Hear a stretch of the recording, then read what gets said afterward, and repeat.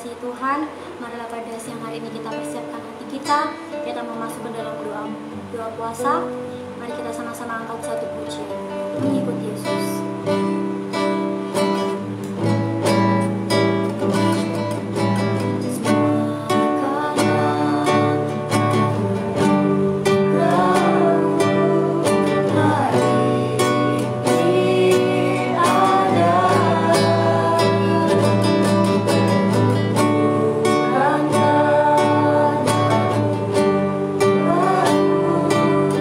Namun karena rohmu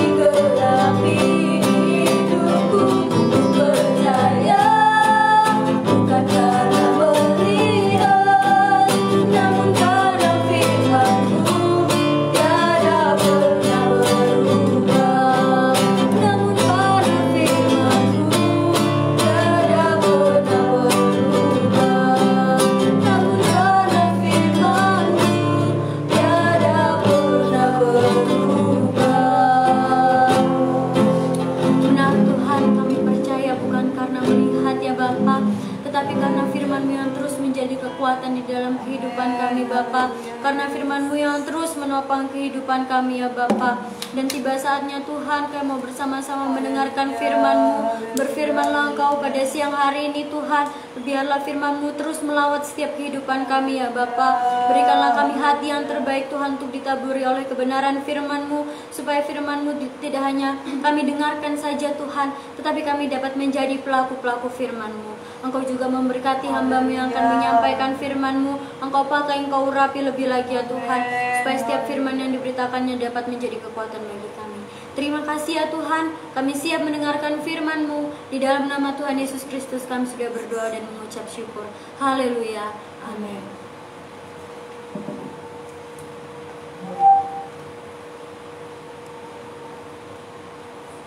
Shalom. Tuh masih lemes ya. Puasa semua ya soalnya ya. Shalom. Shalom. Tuhan Yesus baik. Amin. Kita kembali di doa puasa ya. Saat ini kita kembali belajar kebenaran firman Tuhan. Mari kita sama-sama belajar membaca kebenaran firman Tuhan di dalam 1 Raja-Raja pasal yang ke-17 ayat yang ke-7 sampai 16. Firmannya banyak ya. Supaya nggak ngantuk, kita sama-sama membaca firman Tuhan secara bergantian ya. Saya dulu untuk saudara ya. Nggak boleh susul-susulan nanti kayak kereta api ya. Elia dan janda di Sarfat. Tetapi sesudah beberapa waktu, sungai itu menjadi kering sebab hujan tiada turun di negeri itu. Ayo. Gantian ya. Ayo 8. Saudara baca. Gantian. Maka datanglah firman Tuhan kepada Elia. Bersiaplah, pergi ke Sarfat yang termasuk wilayah Sidon, dan diamlah di sana. Ketahuilah, aku telah memerintahkan seorang janda untuk memberi engkau makan. Sesudah itu ia bersiap lalu pergi ke Sarfat. Setelah ia sampai ke pintu gerbang kota itu, tampaklah di sana seorang janda sedang mengumpulkan kayu api. Ia berseru kepada perempuan itu, katanya, "Cobalah ambil bagiku sedikit air dalam tepi, supaya aku minum."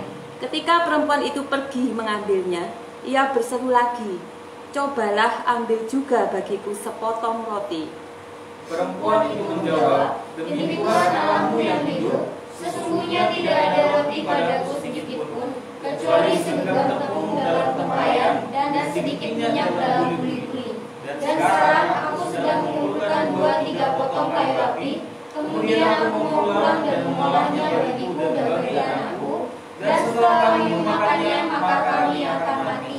Tetapi Elia berkata kepadanya, "Janganlah takut, pulanglah, buatlah seperti yang kau katakan, tetapi buatlah lebih dahulu bagiku sepotong roti bundar kecil daripadanya, dan bawalah kepadaku, kemudian barulah kau buat bagimu dan bagi anakmu." Sebab beginilah firman Tuhan Allah Israel, tepung dalam tempayan itu tidak akan habis, dan minyak dalam buli-buli itu tidak akan berkurang sampai pada waktu Tuhan memberi hujan ke atas muka bumi. Lalu pergilah perempuan itu dan berbuat seperti yang dikatakan Elia. Maka perempuan itu dan dia serta anak perempuan itu mendapat makan beberapa waktu lamanya. Tepung dalam tempayan itu tidak habis, dan minyak dalam buli-buli itu tidak berkurang, seperti firman Tuhan yang diucapkannya dengan perantaraan Elia. Saudara yang kasih Tuhan,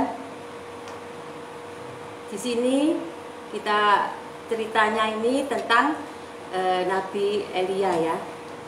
Elia, di mana Elia pada waktu itu sebelum di ayat yang ke-7 sebelumnya itu, Elia berdoa kepada Tuhan bahwa jangan turun hujan di Israel atau di muka bumi ini ya. Tidak turun hujan berapa lama saudara?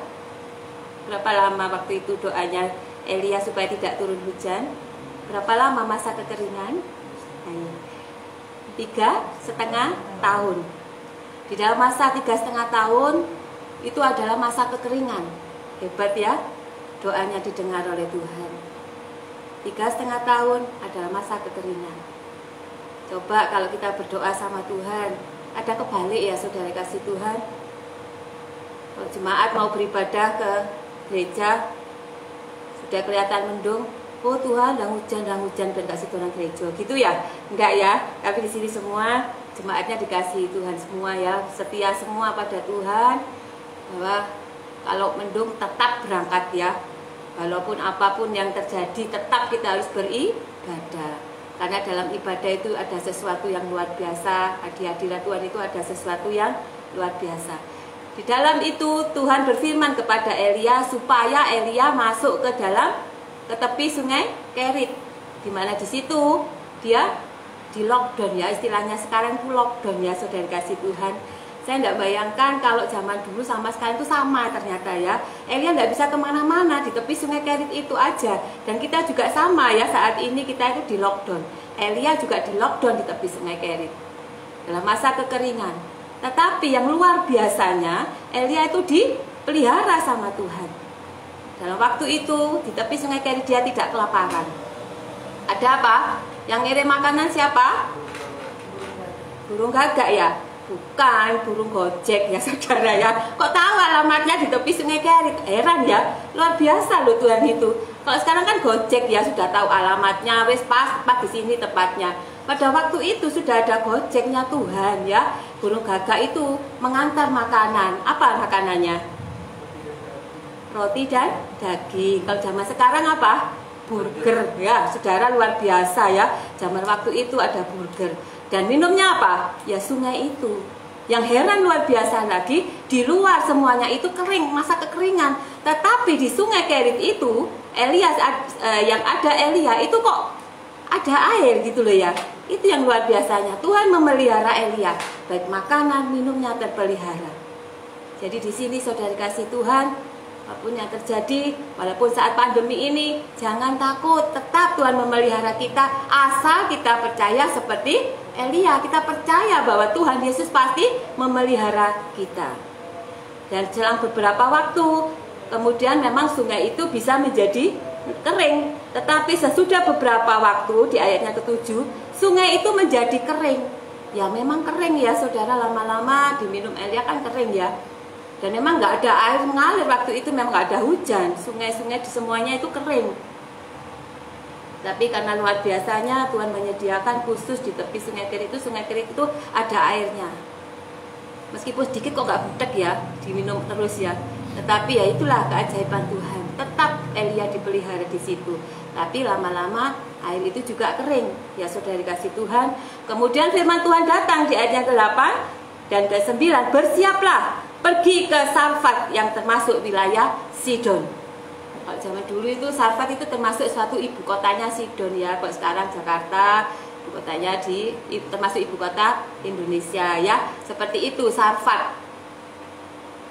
Nah, firman Tuhan berkata, bersiaplah, pergi ke Sarfat yang termasuk Sidon dan diamlah di sana. Ketahuilah aku telah memerintahkan seorang janda untuk memberi engkau makan. Waduh, kalau zaman sekarang Tuhan menyuruh orang laki-laki pergi ke rumahnya janda, nggak ada mikir ya, cepet ya. Saudara kasih Tuhan, ayo, misalnya ada suatu pendengaran, misalnya Andra, bukan Andra masih belum anu ya. Misalnya Pak Adi, ayo ke rumah janda, wah itu cepet mungkin ya. Wes, namanya orang laki ya wajar ya seperti itu. Tapi ini Elia bukan, tidak ada maksud seperti itu. Dan Elia pun tidak ada membantah. Dan Elia pun tidak ada omongan apa-apa sama Tuhan. Dia taat, tidak ngomong apa-apa.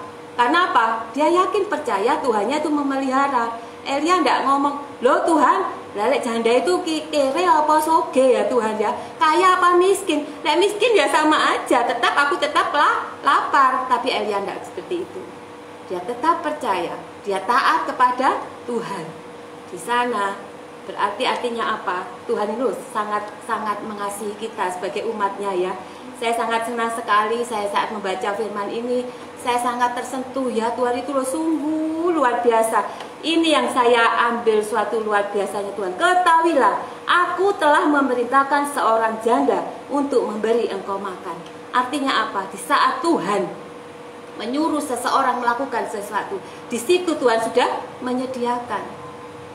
Belum lihat kita apakah ada sesuatu berkat apa saat kita melakukan kehendaknya, kita tidak melihat. Tetapi Tuhan turut bekerja di dalamnya. Tuhan itu sudah menyediakan. Belum berangkat, tapi sudah dikasih tahu bahwa akan disediakan makan walaupun dari seorang janda, ya. Saudara kasih Tuhan, Elia nggak ngerti janda itu kaya apa miskin, dia nggak ngerti. Tetapi dia tetap taat akan kebenaran firman Tuhan. Saudara kasih Tuhan, sungguh saya sangat diberkati firman ini. Dikatakan, ketahuilah aku telah memerintahkan seorang janda untuk memberi engkau makan. Artinya Tuhan sudah menyediakan, ya. Dalam keadaan apapun itu Tuhan pasti sudah menyediakan kita, memelihara kita. Kalau Tuhan menyuruh, pasti Tuhan akan memelihara kita. Dan di sini, kalau misalnya Elia nggak taat, apa Tuhan rugi? Enggak lah, ya. Apa kalau misalnya Elia nggak taat, yang rugi siapa? Ya Elia sendiri tidak makan kan? Karena memang saat itu masa-masa kekeringan. Tetapi Elia dengan ketaatannya, karena dia yakin percaya dia punya Tuhan yang luar biasa, berangkat. Di ayatnya 10, sesudah itu ia bersiap lalu pergi ke Sarfat. Sampai di situ, di pintu gerbang itu, karena masuk suatu kota memang ada pintu gerbang, ya. Langsung luar biasanya loh, langsung ketemu wanita itu, dan Elia ngerti bahwa itu adalah seorang yang dimaksud Tuhan itu. Dia berkata di sana, dia minta kepada perempuan itu, minta minum. Bu, saya minta minum, gitu ya. Mungkin pikirannya ibu ini, alah cuma minum ya, dikasih. Tetapi minta lagi, saudara. Bu, tolong ambilkan juga bagiku sepotong roti. Begitu ngomong makanan, langsung ibu ini bilang, aku ini loh demi nama Tuhan alam yang sesungguhnya tidak ada roti bagiku, karena yang dimintakan makan pada waktu itu memang makanannya adalah roti. Tidak ada roti bagiku, cuma ada bahannya. Ibu ini jujur, ya, memang tidak ada, tapi ada bahannya, dan itu pun dia jujur. Memang ada segenggam roti dan minyak sedikit dalam buli-buli, ya saudara kasih Tuhan. Tetap dia ngomong, ini pun loh saya masih mencari kayu bakar. Dan sebentar lagi kalau saya sudah olah makanan itu, saya akan makan, anak sama anakku wis mati. Artinya apa? Ibu ini mengalami masa krisis dan masa kritis, ya. Masa krisis dan masa kritis, sudah tidak ada lagi harapannya. Dan dia mengatakan, sudah aku makan mati. Itu namanya masa kritis, saudara kasih Tuhan. Dan inilah yang akan kita pelajari dalam firman Tuhan. Ada beberapa hal, ada dua hal yang kita bisa belajar, bahwa di dalam masa krisis dan masa kritis, Tuhan ada menolong umatnya. Ada mujizat Tuhan. Bagaimana cara kita menerima mujizat Tuhan di saat masa krisis dan masa kritis? Saudara kasih Tuhan, terkadang ya, di saat masa krisis memang Tuhan izinkan terjadi dalam hidup kita.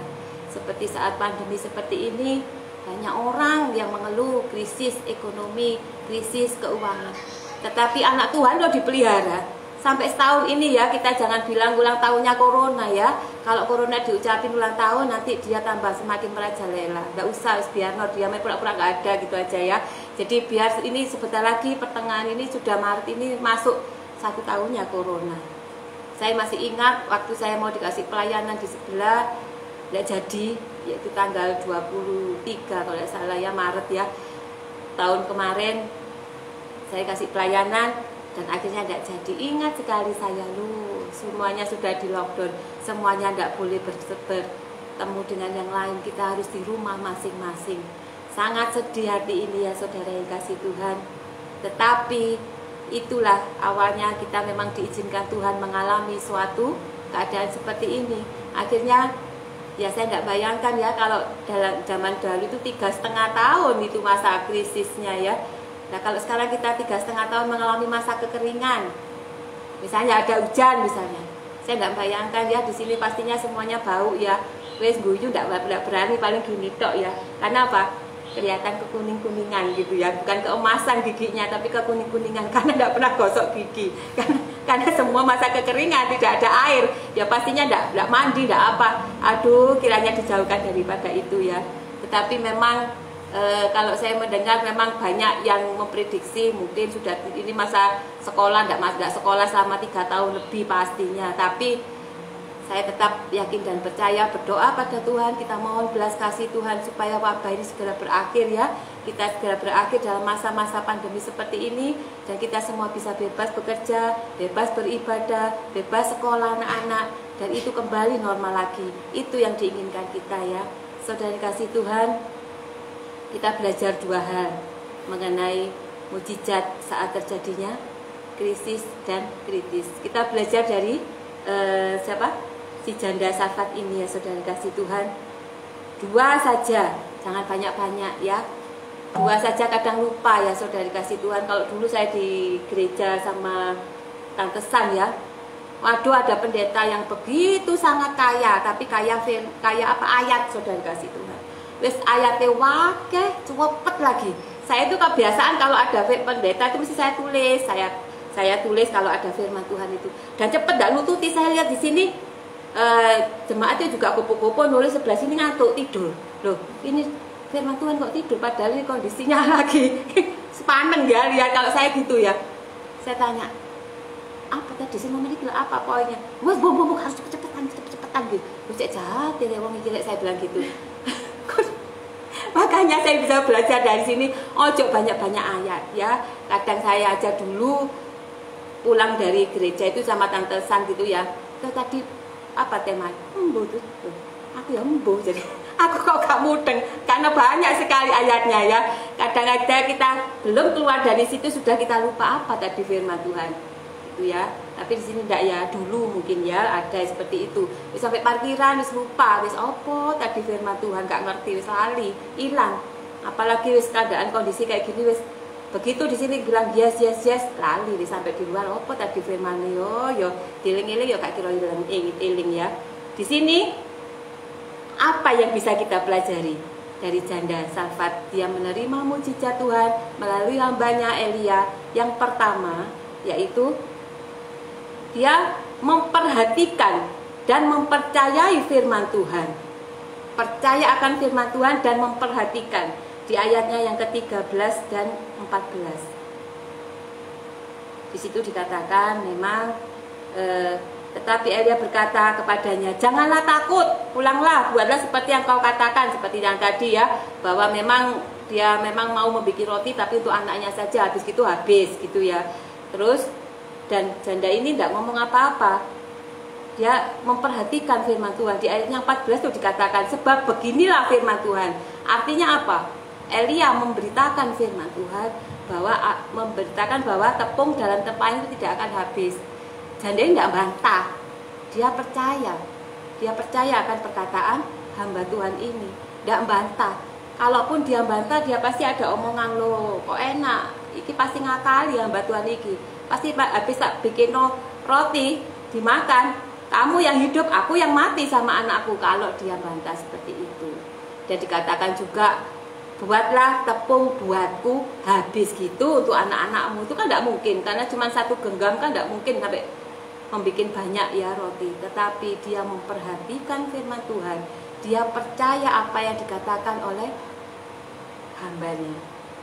Dan di situ dikatakan bahwa tepung dalam tempayan itu tidak akan habis, dan minyak dalam buli-buli pun itu tidak akan berkurang sampai pada waktu Tuhan memberi hujan ke atas muka bumi. Ini firman Tuhan yang disampaikan Elia.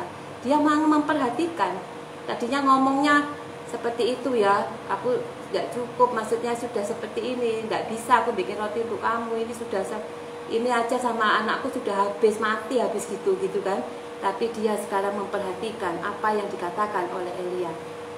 Diperhatikan firman Tuhan, dia percaya. Yang pertama itu yang bisa kita tarik kesimpulan ya saudara kasih Tuhan. Poin yang pertama, kita harus memperhatikan firman Tuhan dan percaya bahwa Tuhan itu sanggup melakukan hal yang besar dalam hidup kita. Percaya ya saudara ya. Kalau saudara tahu ini apa? Ini ATM ya saudara. ATM ini buatan siapa? Manusia kan? Nah, tapi kita percaya di dalam ATM ini kalau kita transaksi tidak akan keliru, kecuali kalau kita salah mejet angkanya ya. Pasti kita sudah punya ATM semua ya di sini. Kalau kita misalnya saya punya utang sama Bu Gembala, saya membayar, Bu, saya mau bayar utang, tak transfer ya. Apakah kita percaya bahwa nanti kalau sudah transfer nomornya pas masuk di Bu Gembala? Percaya kan? Nggak mungkin masuk ke PT gitu ya. Kalau masuk ke PT ya berarti saya salah ya menekan itu. Berarti kita percaya ini ATM ini buatan manusia, kita percaya. Bahkan HP ini juga kita percaya ini buatan manusia kan. Tapi kita percaya bahwa kalau sekarang udah HP bisa video call ya. Kalau suami saya setiap siang hari gitu lagi nganggur video call sama saya. Kok nggak keliru sama istrinya orang lain gitu ya. Kalau misalnya dia mijet nomor yang keliru gitu, misalnya mijet nomor yang salah gitu ya. Tapi dia mijetnya misalnya tujuannya ke saya, istriku gitu ya, istriku yang paling cantik gitu. Terus video call gitu ya. Loh, bojoku gitu kan. Ngomong, "Loh, Ma lagi ngapain ini ngelesi? Kan mari makan ya, Ma ya." Loh, apa oh? Itu untuk monok lombok katanya gitu loh. Ngerti? Kelihatan di sini bahwa semuanya itu canggih ya. Kita ngomong apa video call seperti kita ngomong langsung sama orang yang menelpon kita. Sungguh luar biasa. Ini kita pun percaya bahwa HP ini juga tidak keliru. Kalau kita WA sama seseorang ya pasti WA itu nyampe sana, tidak mungkin nggak nyampe. Karena memang semuanya kalau misalnya di sana ada kuota ya pasti nyampe. Ini aja buatan manusia. Kita percaya. Yang membuat manusia siapa? Tuhan kan. Jadi kita harus percaya sama Tuhan sepenuhnya bahwa Tuhan itu loh pasti akan turut campur dalam kehidupan kita. Percaya saja. Kalau firman Tuhan disampaikan, jangan sampai nggak percaya ya saudara kasih Tuhan. Seringkali kita itu nggak percaya. Waktu firman Tuhan dibentangkan, yang namanya nggak percaya, namanya kita semua pelayan Tuhan pasti ya percaya firman Tuhan. Tapi dalam hati, mosok sih, iyo ta, isok ta, itu namanya sudah nggak percaya. Ya, kita di sini bilang yes gitu ya, bilang oh Tuhan Yesus luar biasa, amin dahsyat. Malah saya nggak senang kalau ada orang bilang amin tuh amin ya itulah nama Yesus Jesus amin Jesus. Nah kalau hambanya gembalanya bilang ayo katakan apa namanya, ayo katakan Yesus apa Yesus tolong gitu ya. Jadi bilang apa Jesus colong. Loh, itu namanya kok lu Jesus colong ya kalau kalau orang sok kebal-balatan kan gitu. Amin gitu ya. Jesus. Kembali bilang, ayo kita semua ngomong Tuhan Yesus pasti tolong. Tuhan Yesus colong. Namanya Tuhan Yesus kok mencolong gitu ya. Jadi kadang kita tidak usah logat-logat kebarat-baratan aja. Kalau amin ya amin, Tuhan Yesus ya Tuhan Yesus gitu ya. Kecuali kalau lagunya lagu kebarat-baratan memang lagu-lagu bahasa Inggris yang memang Jesus ya. Jadi kalau sesuatu itu saya tidak suka kalau terlalu alay ya, terlalu lebay. Jesus. Tuhan Yesus luar biasa. Ya saudara kasih Tuhan. Dan di sini memang percaya akan kebenaran firman Tuhan. Percaya saja ya. Kalau firman Tuhan dibentangkan kita percaya. Kalau kita percaya sembuh. Jangan sedikit pun kita ragu akan kuasa Tuhan. Sedangkan yang kedua, setelah janda ini percaya, janda ini melakukan firman Tuhan, melakukan kehendak Tuhan. Itu di ayat yang ke-15. Lalu pergilah perempuan itu dan berbuat seperti yang dikatakan Elia. Artinya apa? Dia melakukan kehendak Tuhan, dia melakukan firman Tuhan itu, dia melakukan sehingga dia taat akan kebenaran firman Tuhan. Bukti dari percaya kepada Tuhan, janda ini melakukannya. Begitu dia melakukan, mukjizat terjadi. Sampai masa kekeringan itu selesai. Elia, anaknya, dan janda ini makan senantiasa dengan dari tepung dan minyak itu ya, tidak habis-habis ya. Terus dimakan bertiga sampai masa kekeringan selesai. Itu dikatakan di situ. Dan bersama Yesus semua bisa dilakukan, semua pasti bisa asal bersama Tuhan Yesus. Di sini Markus 9 ayat 23 dikatakan bahwa tidak ada yang mustahil bagi orang yang percaya. Dan di sini sesudah kita percayakan kebenaran firman Tuhan, ya lakukan. Kalau kita disuruh Tuhan melakukan, melayani hati Tuhan itu loh dalam pelayanan. Kalau kita melayani setengah-setengah, hati Tuhan itu sedih, saudara kasih Tuhan ya. Kita lakukan, kita melakukan firman Tuhan, kita lakukan kehendaknya. Banyak hal yang kehendak Tuhan yang harus kita lakukan. Taat akan kebenaran firman Tuhan. Perintah Tuhan itu banyak dalam kebenaran firman Tuhan. Kalau kita sudah mendengar firman Tuhan, kita percaya, kita melakukan, pasti ada mukjizat yang terjadi. Walaupun dalam masa kekeringan seperti ini, Tuhan pasti akan memelihara kita. Tuhan tidak akan pernah meninggalkan kita, asal kita tetap percaya dan melakukan kehendak-Nya. Firman Tuhan sampai di sini saya kembalikan.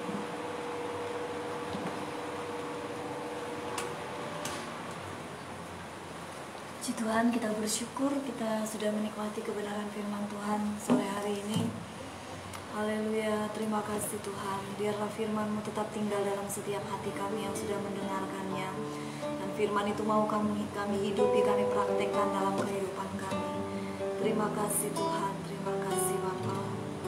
Firman-Mu berkata Kau besertaku.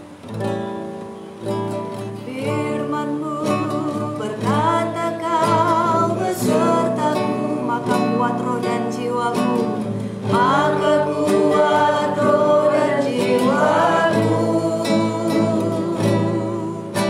Tangan-Mu Tuhan selalu ku nantikan. Di setiap langkahku percaya, dengan sayap-Mu ku akan terbang tinggi. Di tengah badai hidup ku tak menyerah. Kau kekuatan dan perlindungan bagiku, pertolonganku di tempat maha tinggi. Ku mengangkat tanganku, aku berserah. Kau ku nantikan, Kau yang ku sembah. Yesusku, Rajaku. Sekali lagi kita naikkan pujian. Haleluya, firman-Mu berkata, firman-Mu berkata Kau besertaku, maka kuat roh dan jiwaku. Haleluya. Tangan-Mu Tuhan selalu ku nantikan. Di setiap langkahku percaya, dengan sayap-Mu ku akan terbang tinggi. Di tengah badai hidup ku tak menyerah. Kau kekuatan dan perlindungan bagiku, pertolonganku di tempat maha tinggi. Ku mengangkat tanganku, aku berserah.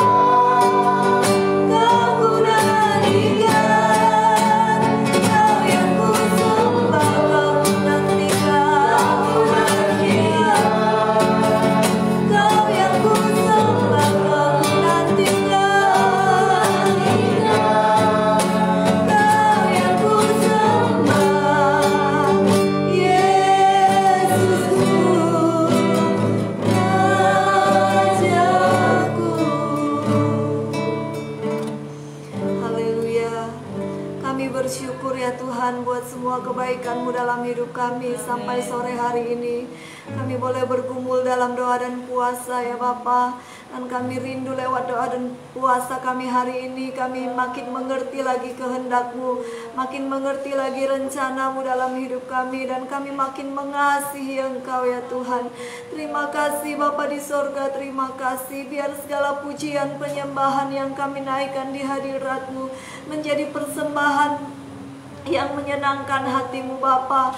Bahkan setiap doa yang kami naikkan di sepanjang hari ini lewat doa-doa kelompok di tempat ini, Bapa, tidak ada satupun yang luput dari pendengaran-Mu. Engkau mendengar semua doa dan seruan kami, dan kami percaya Allah kami yang hidup itu akan menjawab setiap doa kami. Terima kasih Bapa di sorga, kami juga sudah dikuatkan lewat kebenaran firman-Mu yang kami dengar saat ini Bapa, bahwa Engkau itu adalah Allah yang mencukupkan. Engkau, oh Tuhan Yesus, sumber mujizat bagi kami. Engkau sanggup melakukan hal-hal yang tidak mungkin sekalipun menjadi mungkin ketika kami percaya kepadamu ya Tuhan. Oh Tuhan Yesus, maka perbuatan-perbuatan ajaib itu akan kami nikmati, akan kami terima dalam kehidupan kami. Oleh sebab itu ya Tuhan, jangan biarkan hati kami bimbang ya Bapa. Mungkin kami ragu ya Tuhan, karena kami melihat situasi yang kami hadapi, karena kami melihat kesulitan-kesulitan di hari-hari ini. Tapi biarlah lewat firman-Mu saat ini meneguhkan iman kami kembali, bahwa kami tidak perlu khawatir, kami tidak perlu ragu, tapi kami harus terus mempercayai Engkau dalam hidup kami. Kami percaya kuasa-Mu ya Tuhan, kami percaya firman-Mu sanggup menolong kami. Terima kasih ya Tuhan. Meteraikan firman-Mu dalam kehidupan kami saat ini. Apa yang sudah kami dengar, apa yang sudah kami terima Bapa, itu menjadi kekuatan bagi setiap kami. Terpujilah Engkau ya Tuhan. Diberkatilah terus pekerjaan-Mu di tempat ini. Ke dalam tangan-Mu kami serahkan. Kami rindu semakin maju hanya untuk kemuliaan bagi nama-Mu saja. Oh Tuhan, jiwa-jiwa dipertambahkan di tempat ini yang rindu beribadah mencari Engkau, supaya ketika Engkau datang kali yang kedua, banyak jiwa-jiwa diselamatkan, dimenangkan bagi Engkau. Kami rindu Engkau memakai setiap kami menjadi alat di tangan-Mu untuk membawa jiwa-jiwa datang kepada Tuhan.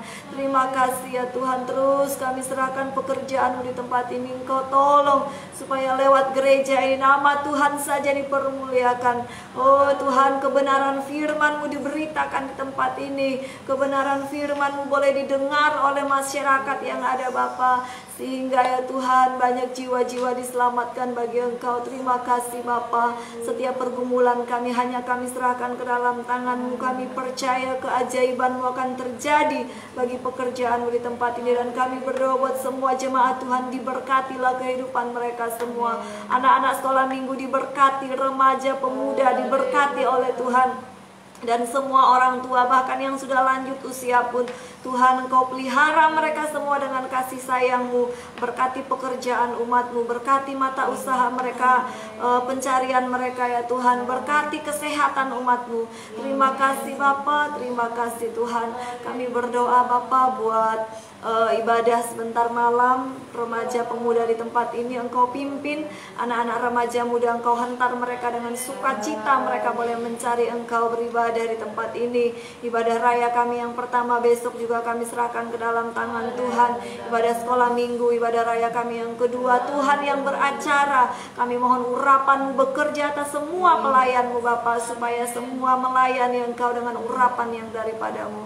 Terpujilah Engkau Bapa. Ini doa syukur kami kepadamu. Kami percaya Engkau sudah melawat setiap kami. Mungkin ada pergumulan-pergumulan pribadi kami yang belum sempat terucap hari ini ya Tuhan. Tapi ketika kami sibuk berdoa bagi orang lain, ketika kami menaikkan doa syafaat kami bagi orang lain, pergumulan pribadi kami pun Engkau memperhatikan dan Engkau menjawabnya ya Tuhan.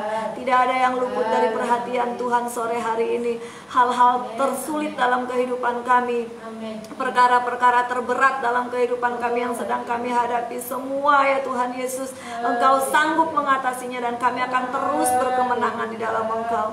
Terpujilah nama-Mu Bapa. Terima kasih Tuhan. Ini doa syukur kami kepadamu. Indonesia kami percaya terus aman dalam pemeliharaan Tuhan, dalam penjagaan Tuhan. Kalaupun kami saat ini diizinkan dalam situasi yang sulit, biarlah iman kami terbukti bahwa kami akan terus mengandalkan Engkau di situasi-situasi yang sulit sekalipun. Dan kami tahu ya Tuhan akan ada pemulihan bagi Indonesia kami, bagi kota kami ya Tuhan Yesus, bagi daerah-daerah yang ada di Indonesia ini, semua dalam lawatan Allah. Terima kasih Bapa, kami bersyukur. Kami akan akhiri doa kami saat sore hari ini dan kami peralaskan semuanya hanya di dalam nama Tuhan Yesus Kristus Juru Selamat kami yang hidup. Haleluya. Semua yang percaya berkata amin. Puji Tuhan, Tuhan memberkati kita semua. Demikian doa puasa kita hari ini. Tuhan memberkati dan selamat berbuka.